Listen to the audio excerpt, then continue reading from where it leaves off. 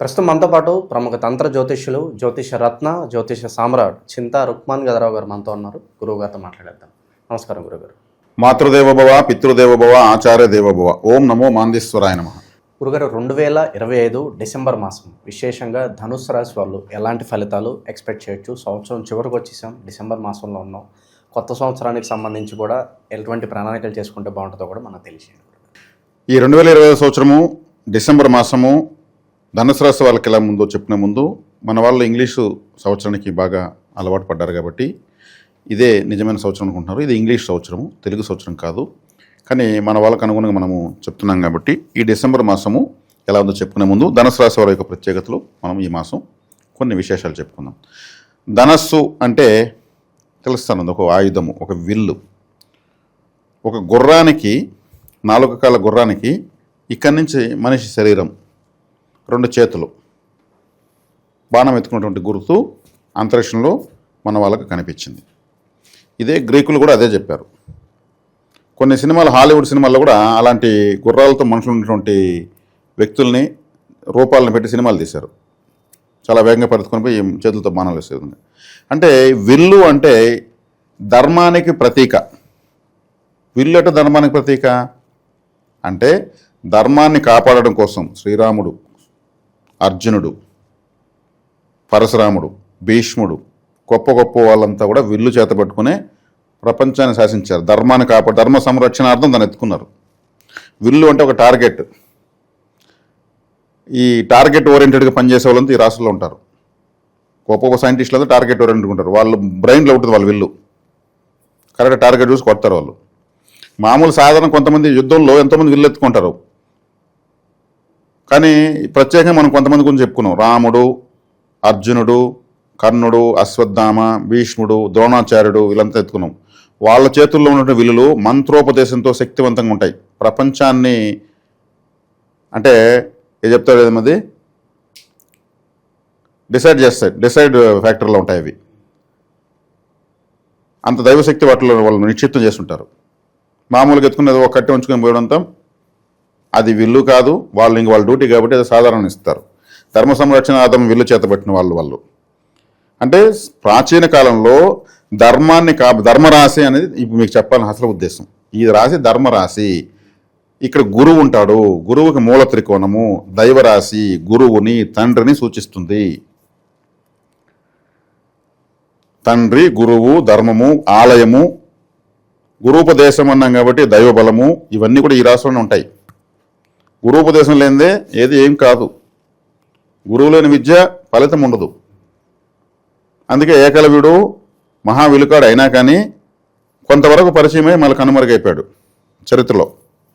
ఆయన పేరుతో కొన్ని రాష్ట్రాల్లో ఏకలవ్య బిరుదు అవార్డు ఇస్తున్నారు. కానీ విశేషమైనటువంటి స్థాయికి రాలేకపోయాడు. అంటే గురువు లేని విద్య అనేది చెప్పుకోవడం కోసం చెప్తున్నాం. ఆయన తక్కువ చేయడం కాదు, గొప్పవాడు ఆయన. కాబట్టి ఇక్కడ ఈ రాశి అగ్నితత్వ రాశి. ఇక్కడికి మళ్ళీ రవి వస్తున్నాడు, ఈ రాశిలోకి రవి వస్తున్నాడు. ఈ మీద ధనుర్మాసం, శూన్యమాసం కూడా అంటారు దీన్ని. ఇక్కడికే కుజుడు వస్తున్నాడు. ఈ రాశి ముందు వెనక, అంటే ఈ రాశిలో వెనక శుక్రుడు, బుధుడు, రవి, కుజుడు వీళ్ళు ప్రభావితం చేస్తున్నారు ఈ రాశిని. శుభ అశుభ మిశ్రమంగా ఉంది. గురువు ఇప్పుడే 29 డిగ్రీస్లోకి మిథునంలోకి వస్తున్నాడు. గురువు కంఫర్ట్గా లేడు, అంటే 29 డిగ్రీస్లో చివరిలో ఉన్నాడు. ఇప్పుడు వరగడ్డ అని ఉన్నాడు, బావికి వరగడ్డ అని ఉంటే అది కూడా భూమే. కానీ ఎట్టున్నాడు, అడ్డపడతాడు తెలియదు కదా, అలా ఉన్నాడు గురువు 29 డిగ్రీస్లో. కాబట్టి 4 అర్ధాష్టమ శని ఉంది, 3 రాహు బాగుంది. శుభ అశుభ మిశ్రం. రాహు 3 బాగున్నాడు, 9 కేతు బాగున్నాడు. ఎందుకంటే కాలపురుషుడికి 9వ స్థానము ధనస్సు, దానికి 9వ స్థానంలో మళ్ళీ కేతువు. కేతు మోక్షకారకుడు. ఇది ధర్మరాశి, దైవరాశి. కాబట్టి కేతు కోణంలో ఉన్నాడు. వీళ్ళు తీర్థయాత్రలు చేస్తే ఈ టైంలో బాగుంటుంది. ఈ 9 దూర ప్రాంతాలను తెలియజేస్తుంది. 3 కిలోమీటర్లు చిన్న చిన్న ప్రయాణాలు 3వ స్థానము, ఒక 10 కిలోమీటర్ల ప్రయాణాలు ఇవన్నీ కూడా 7వ స్థానము. దూర ప్రాంతాలు వెళ్ళాలంటే 9వ స్థానమే. కాబట్టి వీళ్ళు తీర్థయాత్రలు చేస్తే చాలా బాగుంటుంది. ఇప్పుడు ఏదో ఒక ఆలయానికి వెళ్ళి రావడం చాలా మంచిది. అందున వచ్చే ధనుర్మాసం దేవతల మాసం, ఆత్మల మాసం. అంటే యమలోక ద్వారాలు తెరిచేస్తారని అందరూ కూడా లీవులు వన్ మంత్ లీవ్ యమలోకానికని, ఆత్మలు యమకింకర్లు అందరూ కూడా భూలోక విహారానికి వస్తారని, ఈ నెలలో దేవతలు సంతోషంగా ఉంటారని, ఈ నెలలో చేసే పూజలు వేగంగా ఫలితం ఉంటుందని, ఈ నెలలో పెద్దవాళ్ళు ఎక్కువగా మన ప్రాచీన పూర్వీకులకు కల్లో కనిపిస్తారని, ఈ నెలలో పీడకల్లో కనిపిస్తే పట్టింపు లేదని, ఎందుకంటే యమకింకర్లు తిరుగుతూ ఉంటారు, వాళ్ళు ఎవరికొకరిని డిస్టర్బ్ చేస్తూ ఉంటారు కళ్ళ రూపంలోకి వచ్చని, ఇలా పలు రకాల విషయాలు ఉన్నాయి. ఎటొచ్చి దైవబలాన్ని ఎక్కువ సంపాదించుకునేటువంటి మాసం. తెల్లవాత చలి ఎక్కువ, మధ్యాహ్నం ఎండ ఎక్కువ, మళ్ళీ సాయంత్రం చలి ఎక్కువ. ఇక్కడ సంక్రాంతి పండుగ కూడా ఈ మాసంలోనే వస్తుంది. కాబట్టి చాలా విశేషమైనటువంటి ప్రభావాలు మహిమాన్వితమైన మాసంగా చెప్పొచ్చు ఇది. ఈ మాసం వీళ్ళకు శుభాశుభ మిశ్రంగా గోచారం ఉంది, వ్యక్తిగత జాతకం కాదు, 50-50గా ఉంది. పాజిటివ్ తీసుకుందాం. ముందు ఎటువంటి ఫలితాలు ఉంటాయి పాజిటివ్? లగ్నంలోకి అంటే రాశిలోకి రవి వచ్చాడు, ధీమా ఎక్కువ ఉంటుంది వీళ్ళకి. నేను చేయలేకపోయినా నేను చేస్తానంటారు. ఎందుకు రవిగ్రహం రాశిలో కూర్చొని అలా ఉంటారంటే, రవిగ్రహం గ్రహ రాజు. రాజు ఎప్పుడు చేతులు కట్టుకుని నేను నాకేం చెప్పను, ఏమీ తెలియకపోయినా భీకరంగానే గంభీరంగానే కూర్చుంటాడు. నాకు అన్నీ తెలుసు, నా కాడికే అన్నీ రావాలి అనుకునేవాడు రాజు. ముఖ్యమంత్రులు ప్రధానమంత్రులు ఎత్తుకోండి, వాళ్ళ హుందాతనాన్ని వదులుతారా? అదంతా ఏం లేదు, ఎవరది ఆర్డర్స్ పాస్ చేస్తుంటారు. అలాగే ఉంటారు ఇప్పుడు ధనుసు రాశి వాళ్ళు. 3వ ఇంట్లో రాహు, అది బాగుంది. 3వ ఇంట్లో రాహు కమ్యూనికేషన్స్ బాగుంటాయి, వీళ్ళకు బ్రెయిన్ బాగా మంచి నిర్ణయాలు చేస్తారు. రాహుకు మించినటువంటి షార్ట్ కట్ మెథడ్స్ ఎవరికి తెలియవు. కాబట్టి ఫాస్ట్గా స్పీడ్గా ఉన్న ఇంటెలిజెన్స్ బాగుంటుంది వీళ్ళకు. తీర్థయాత్రలు అంటే వీళ్ళు దగ్గరలో ఉన్న ఆలయాలు కూడా ఎక్కువ వెళ్ళి రావచ్చు. ఎక్కడో కాశీకు అయోధ్య మనం పొమ్మని చెప్పడం లేదు. కేతు ఉన్నాడు కాబట్టి తీర్థయాత్రలతో కేతు యాక్టివేట్ అయిపోతాడు. 9వ స్థానం భాగ్యము, అంటే భాగ్యాధిపతి మన లగ్నంలో ఉన్నాడు, రాశిలో ఉన్నాడు. ఈ కనెక్టివిటీ. కాబట్టి శుక్రుడు వీళ్ళకు కరెక్ట్గా లేడు. కరెక్ట్గా లేకపోవడమే కరెక్ట్ వీళ్ళకు. ఎందుకంటే 6వ ఇంటి వాడు పాపగ్రహం. ఈ రాశికి పాపగ్రహం కంఫర్ట్గా లేకపోవడం మంచిదే. ఇది ఈ వివరణ మనం ఇవ్వాలి. కంఫర్ట్స్ బాగుంటాయి అంటారు, అంటే విలాసంగా బతకాలి, బాగా ఖర్చు పెట్టాలి, లగ్జరీ లైఫ్ లీడ్ చేయాలి, ఆలోచనలు వస్తూ ఉంటాయి. ఖచ్చితంగా వస్తాయి. ఎందుకంటే రాశిలోకి రవి వస్తున్నాడు కాబట్టి ఆయన అన్ని డమ్మము, దర్పము, అధికారము, పొగడ్తలు, చుట్టూ 10 మంది ఉండాలని కోరుకున్నటువంటి గ్రహం. చుట్టూ 10 మందికి 10 గ్రహాలు తిరుగుతాయి కదా ఆయన చుట్టూ. భూమి తగలుపుకుంటే 10 గ్రహాలు తిరుగుతాయి. తన చుట్టూ అందరూ ఉండాలని, అందరూ నేను ఒకటే కింగ్ అని, ఇటువంటివన్నీ ఇప్పుడు వస్తాయి వీళ్ళకు. ఆ గ్రహం వచ్చింది కాబట్టి ఆ గ్రహం యొక్క ప్రభావంతో వీళ్ళకి అటువంటి ఆలోచనలు వస్తాయి. జనరల్గా కూడా వీళ్ళు హుందాతనం ఉన్న వాళ్ళే. ఎందుకంటే ధర్మరాశి దైవరాశి అన్నప్పుడు చీప్గా ఆలోచించరు. ఇది ధనుసు రాశి వాళ్ళు ఎప్పుడు చీప్గా ఆలోచించరు. నేను చెప్పిన వాళ్ళని చీప్గా ఆలోచించే వాళ్ళ కర్ణుడు, భీష్ముడు, రాముడు, అర్జునుడు లైఫ్ టైం వాళ్ళు జయాపజయాలన్నింటినీ కూడా ఎప్పుడు పౌరుషంగానే ఎదుర్కొన్నారు. అర్జునుడు అంటే బాణమే గుర్తొస్తుంది, ఇంకేదో కట్టిపుల్ల గుర్తురాదు. కర్ణుడు అంటే ఆయన చేతిలో ఒక విల్లు ఉంటుంది. వీరాది వీరులు ఎత్తినటువంటి పుట్టినటువంటి ఈ రాశిని యొక్క ప్రభావంతో బతికినటువంటి రాశిది ధనుసు రాశి, దైవరాశి, ధర్మరాశి. ఇది దారి చూపేటువంటిది కాబట్టి 10 మందిని కాపాడేటువంటిది. చేతులు ఆయుధం ఉంటే భయపడతారు అవతలలో. అన్ఎక్స్పెక్టెడ్ ఈవెంట్స్ ఏమైనా జరుగుతాయి అంటారా? అంటే వీళ్ళు కూడా ఊహించనివి, అవునా నేను ఎక్స్పెక్ట్ చేయలేదు అనే సంఘటనలు ఏమన్నా? అట్లాంటివి ఏం జరగవండి. అష్టమ స్థానమే దానికంత కారణం. అష్టమ స్థానం అంటే వీళ్ళకు కర్కాటకం అవుతుంది. అట్లాంటిది ఏం జరగవు. వీళ్ళకి ధీమా ఎక్కువ ఉంటుందని చెప్పాము. ఒకవేళ జరిగితే వీళ్ళు లెక్క చేయరు. ఏం చెప్పాను ఇప్పుడు? ప్రభుత్వము, రవి అంటే ప్రభుత్వము, ధనుసు రాశి అంటే ప్రభుత్వం, ధర్మం, ధర్మరాశి అని చెప్పాను కదా. ప్రభుత్వాన్ని, సమాజాన్ని ఉద్ధరించడం కోసం వీళ్ళెత్తుకున్నారని చెప్పాను కదా. కాబట్టి ఇది ప్రభుత్వ రాశిది. కాబట్టి ఈ రాశిలోకి ఇప్పుడు రవి వచ్చాడు కాబట్టి వీళ్ళకి ఏదైనా ప్రభుత్వ ఉద్యోగ ప్రయత్నాలు ఉన్నా, ప్రభుత్వంతో ఏదైనా బిల్స్ ఉన్నా, ప్రభుత్వంతో ఏదైనా కాంట్రాక్టులు కావాలనుకున్నా, ట్రాన్స్ఫర్లు కావాలనుకున్నా అవుతాయి. ప్రభుత్వ సంబంధమైన పనులు అయిపోతాయి, దైవ సంబంధమైన పనులు అయిపోతాయి. గవర్నమెంట్ జాబ్కి ట్రై చేసిన అంటే జాబ్ ట్రై చేస్తే వీళ్ళకు గవర్నమెంట్ కూడా కన్వెంట్ కావాలి కదా, ఈ టైంలో అనౌన్స్ చేయాలి కదా, అనౌన్స్ వాళ్ళు చేయాలి. అట్లాంటివి ఏదంటే వీళ్ళకు సానుకూలమైన పరిస్థితులు ఉంటాయి. ఇట్లాంటివన్నీ బాగా పాజిటివ్. జన్మంలోకి రవి వచ్చినప్పుడు వేడి ఉష్ణగ్రహం కాబట్టి దేహానికి జ్వరం రావడము, ముక్కులు ఎండిపోయేసి అది జలుబు లేక వచ్చే ట్యాబ్లెట్స్ వైద్యం వాడడం. అంటే ఆయన వచ్చినప్పుడు ఎక్కువ ఇది అగ్నితో రాసి దాంట్లో ఇంకా ఎక్కువ వేడి పెరిగిపోతుంది. ఇట్లాంటివి వచ్చే అవకాశం ఉంది. సాధారణంగా ఇంత మంచి ఫలితాలు ఉన్నప్పుడు ఈ శత్రువులు ఎక్కువైపోవడము, నరఘోష, నరదిష్టి ఇలాంటి ప్రభావాలు సాధారణంగా ఉంటాయి. ఇది ఈ నెల రాశి ఫలితాలతో సంబంధం లేకుండా వీళ్ళకి ఉంటుందండి. ఎందుకంటే ధనస్సు రాశి అంటే బాణము, అది శత్రువు కోసమే చేతిలో ఎత్తుకునేటువంటిది.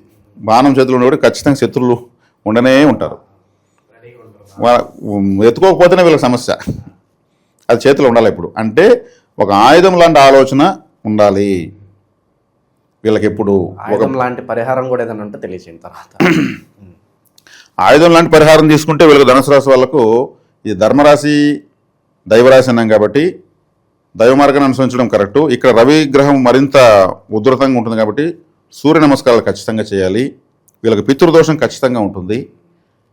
పితృదోషం వీళ్ళకి ఖచ్చితంగా ఉంటుంది. ధనుసు రాశిలో పుడితే ఇంక పితృదోషము అంటే పూర్వీకుల యొక్క అనుగ్రహము తక్కువ ఉందని అర్థం. దానికి నివారణ ఏంటంటారు? నివారణ అంటే పితృ నక్షత్రము, మకా నక్షత్రము, పితృతిథి, అమావాస్య. ఈ 2 తిథుల్లో అమావాస్య, నక్షత్రాల్లో మకా నక్షత్రం. ఈ 2 రోజుల్లో ఏదైనా అన్నదానం చేయాలి. పితృదేవతల యొక్క సంతృప్తి అర్థం చేయాలి. ఇంకోటి ఏమంటే ఈ రాశి సమస్త సృష్టికి మూలం. సమస్త సృష్టికి మూలం అంటే తండ్రి అని చెప్పాను. తండ్రి ద్వారానే కదా మనకు జన్మ వచ్చేది. ఆ తండ్రి యొక్క రాశి ఇదే. అందుకే మూలం. అందుకే మూలా నక్షత్రం ఈ రాశిలో ఉంది. మూలా నక్షత్రం ఉన్న రాశి ఇది. మూల అంటే మదర్ డాక్యుమెంట్స్ తండ్రి అనేటువంటి రాశిలో ఉన్నాయి. తల్లి తండ్రి యొక్క ప్రభావం ఎక్కువ ఉంది కాబట్టే తండ్రి యొక్క వీర్యశక్తిని తల్లికి ప్రసాదిస్తాడు. కాబట్టి మాతృస్థానమైనటువంటి కర్కాటకం తల్లి స్థానము, ఈ రాశికి అధిపతి అయిన గురువు మాతృస్థానమైనటువంటి కర్కాటకంలో ఉచ్చ స్థితి పొందుతాడు. ఈ రాశికి అధిపతి గురువే కదా. ఈయన మాతృస్థానం ఏది? కాలపురుషుడికి కర్కాటకం 4వ ఇల్లు. అక్కడే పోయి ఎందుకు వచ్చేసి పొందుతాడు? తల్లి తండ్రి ఒకటి వర్షం ఉంటేనే కదా. తల్లిదండ్రులు లేకపోతే మనం పుడతామా? అందుకే మూలా నక్షత్రం ఎక్కడుంది? మూలం ఎక్కడుంది? తండ్రి దగ్గర ఉంది. ఈయన ఎక్కడ? తల్లి దగ్గర వచ్చేసి పొందుతాడు. తల్లి ఎక్కడుంది? కర్కాటకంలో ఉంది.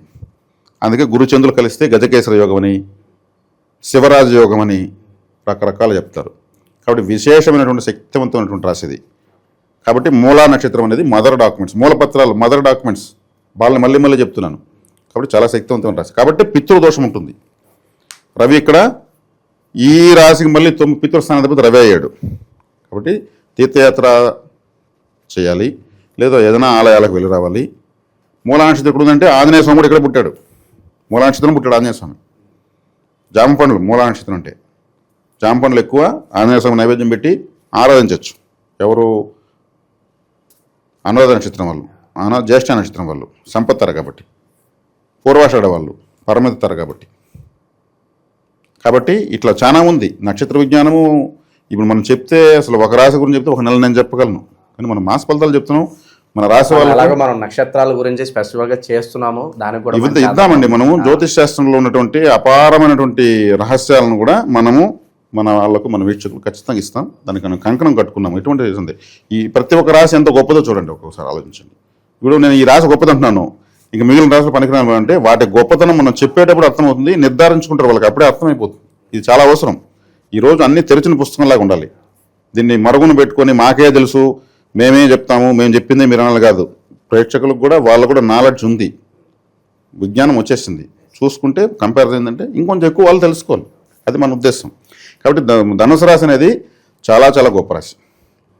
ఇక కుటుంబ పరంగా, ఆరోగ్యపరంగా ఎలా ఉంటుంది? కుటుంబ పరంగా తీసుకుంటే 50-50 అని చెప్పచ్చు. కుటుంబాధిపతి శని 4వ ఇంట్లో ఉన్నాడు, గృహస్థానంలో ఉన్నాడు. శని ఈ రాశికి మంచివాడు కాదు. 50-50. ఆ గృహస్థానంలో ఉండడం వల్ల కాస్త గృహనలత, స్వగ్రామంలో వీళ్ళకి అనుకున్నంత కంఫర్ట్ ఉండదు. అంటే 4వ ఇల్లు అంటే సొంత గ్రామము, జన్మించిన స్థానము, మనం వేసుకునే బట్టలు, వాహనాలు, గృహము, ఆస్తులు, మన దేహము, ఇవన్నీ వస్తాయి. మాతృస్థానం మనకు తల్లి వల్ల కదా దేహం వచ్చింది. ఆ స్థానంలో శని భగవానులు ఉన్నారు. న్యూట్రల్గా ఉంటుంది. ఇంకా రాహు బాగా యోగిస్తాడు. రాహు వీళ్ళకు ఇంకా రాబోయేటువంటి సంవత్సరంన్నర వరకు విపరీతంగా యోగిస్తాడు. ఏదైనా జరుగుతుందంటే ఇప్పుడు రాహు వల్లే. ప్రజెంట్ వీళ్ళకి ఎటువంటి పరిహారాలు బాగా కలిసి వస్తాయి అంటారు ఉన్న రాశి బట్టి? పరిహారం అంటే ఇప్పుడు చెప్తున్నాను కదా, దైవరాశికి దైవబలం పెంచుకోవాలి కదా. మరి ఇప్పుడు దైవం ఇప్పుడు దేనికి అది ఏ గూటి పక్షులు ఆ గూటికి అంటారు కదా. కాకులు పోయి కొంగల దగ్గర పోయినట్టు ఏమవుతుంది? గొడవలు వస్తాయి. కోతులు కుక్కలు తెలిసి కరిచేస్తాయి, కోతులుగానే ఉండాలి. ఇప్పుడు వీళ్ళు దైవరాశి కాబట్టి దైవానికి దగ్గర ఉండాలి. అందుకే దేవ గురువు ఈ రాశికి అధిపతి, దేవతలకంతా గురువు. ఎవరైనా దేవతలందరూ గురువు అంటారండి. ఆ రాశి ఇక్కడ ఉంది. పితృరాశి కాబట్టి ఇప్పుడు తండ్రికి ఏదన్నా ఓ మంచి డ్రెస్సో ఓ మంచి స్వీట్ నోట్లో పెట్టి ఒక జత కాళ్ళు చెప్పులకేసి ఆశీర్వాదం తీసుకోవచ్చు. తండ్రి ఆ రాశి మనకు జన్మించిన తండ్రే. మనం మంచివాడమా చెడ్డవాడమా సమాజాన్ని చూస్తున్నాం, 2 కళ్ళతో చూసి ఎన్నో రంగులు రుచులు వాసనలు చూస్తూ అనుభవిస్తున్నాం. అది ప్రసాదించింది ఎవరు? తండ్రి. ఆ తండ్రిని ఈరోజు ఓ మంచి బట్టలు ఇచ్చేస్తారా, ఒక సర్ప్రైజ్ ఇవ్వండి, ఓ స్వీట్ నోట్లో తినిపించండి, ఓ జత చెప్పులు తీసివ్వండి, మెత్తగా ఆశీర్వదించమని చెప్పండి. ఎట్టుంటుంది? తిరుగులేని ఆశీర్వాదం వస్తుంది. అంటే ఈ రాశి యొక్క ఇదేది, వీటికి దగ్గర ఉండండి అని ఈ రాశి వాళ్ళకి చెప్పడం జరుగుతుంది. 9 కేతు ఉన్నాడు. కేతువు అందరూ నేను చెప్తూ ఉంటాను, ఈయన తడబాట్లు ఆటంకాలు అది ఇది అంటాను. టెంపుల్కి వెళ్ళు, కేతు అయితే మిమ్మల్ని సంకలో పెట్టుకుంటాడు ఈ రాశి వాళ్ళను.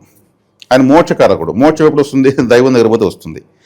ఏ గ్రహానికి తగిన పని ఆ గ్రహానికి ఎలా చేసుకోవాలో అలా చేసుకుంటే కష్టం కూడా మనకు జబర్దస్త్ కామెడీ లాగా ఉంటుంది. దాన్ని మనం తెలుసుకోవడమే ఉండేది లాజిక్ అంతా. అరే ఇది పోతే మళ్ళీ రాదు, ఉన్నప్పుడు అనిపిద్దాము అని దాన్ని ఎంజాయ్ చేయొచ్చు, ఐస్ క్రీమ్ తిన్నట్టు. కానీ లాజిక్ తెలియకపోతే మాత్రం సుఖం కూడా విషయంలాగా ఉంటుంది. అది మనం చెప్పిస్తున్నాం. కాబట్టి కేతు 9 ఉన్నాడు, దైవబలంలో దైవస్థానంలో ఉన్నాడు, జన్మలోకి వస్తున్నాడు. కుజుడు కూడా లగ్నంలో జన్మలోకి వస్తున్నాడు. ధైర్యం ఎక్కువ, తొందరపాటు నిర్ణయాలు కొన్ని తీసుకుంటారు, భయపడరు. ఈ సమయంలో కుజుడు ధైర్య వీర్య విజయస్థానానికి కారకుడు అవుతాడు. రక్తానికి అధిపతి ఆయనే. పౌరుషం రక్తం రావడం అది లగ్నంలోకి వస్తున్నాడు ఆయన. కోపం ఎక్కువ కూడా గొడవలు ఏదైనా అవకాశం ఉంటుంది, దాన్ని కంట్రోల్ చేసుకోవాలి.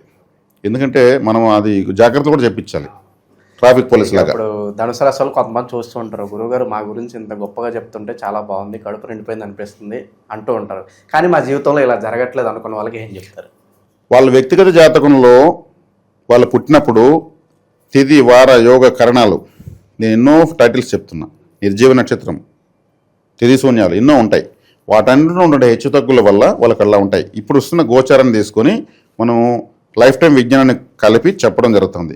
ఈ గోచారం టైటిల్ చెప్తున్నాం మనము, కానీ మనం గోచారము తక్కువ ప్రాధాన్యత ఇస్తున్నాము. ఎక్కువ వచ్చి ఆ రాశి యొక్క ప్రాముఖ్యత, ధైర్యాన్ని స్థైర్యాన్ని, జీవన మార్గాన్ని, ఒక హైవే ఒక ఫ్లైఓవర్ వేస్తున్నాం, ట్రాఫిక్ ఇది దీని ఇంపార్టెన్స్ తీసుకుని మనం చెప్తున్నాం. రాశి ఫలితాలు తాత్కాలికంగా ఏదో మమ అనిపించుకునేసి మా వీడియో ఇంతమంది చూసారు, 2,000 మంది చూసారని చెప్పుకోవడానికి కాదు.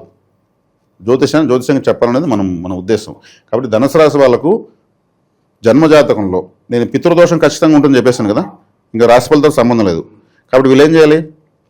ఎక్కువగా అమావాస్య, మకా నక్షత్రం, మూల, అశ్విని, ఈ 3 కేతు నక్షత్రాలే. మూల నక్షత్రం వీళ్ళ రాశిలోనే ఉంది. నడి నక్షత్రం అంటే మధ్యలో ఉంది. మూల అంటే మనకు ఆంజనేయ స్వామి అని చెప్పాను, ఆయన ఒక సాక్షాత్ పరమేశ్వరుడే. రాముడు అవతారం సమాప్తి అయిపోయింది, ఆంజనేయుడు అవతారం ఎక్కడ సమాప్తి కాలేదే? ఎందుకు? సాక్షాత్ శివాంశ రుద్రాంశ సంబోధుడు. పరమేశ్వరుడికి మరణం లేదు కదా, మృత్యుంజయుడు అని పేరు ఆయనకి కదా ఉంది. అందుకే ఆయన యొక్క అవతారాలు ఎప్పుడు మరణించినట్టు ఉండవు. కాలభైరవుడు, వీరభద్రుడు, ఆంజనేయ స్వామి ఇవన్నీ మరణం ఉండవు, శివాంశలో ఉండేవి.